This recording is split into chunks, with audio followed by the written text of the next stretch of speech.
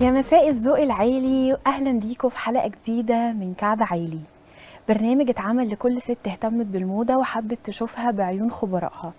وحلقه النهارده حلقه دسمه جدا مليانه معلومات كتير لاي حد حابب صناعه الموضه وعايز يدخلها من الناحيه الاحترافيه ومن الناحيه المهنيه. انا ما بشوفهاش كده، انا بكلمك على الروح اللي عشتها واللي انا اشتغلتها او لمستها.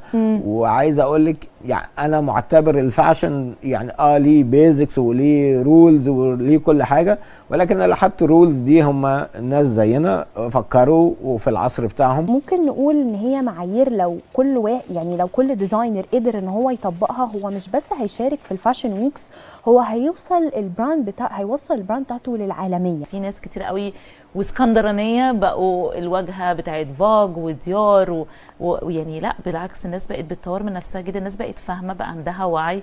التكنولوجي ظبطتنا في حاجات كتير وبقت مخليه الموضوع ان انا اطور من نفسي اسهل، مش زي زمان. ولو شايفه الموضه حلم، تعالي شوفي الحقيقه هنا في كعب عالي مع ندى فاروق.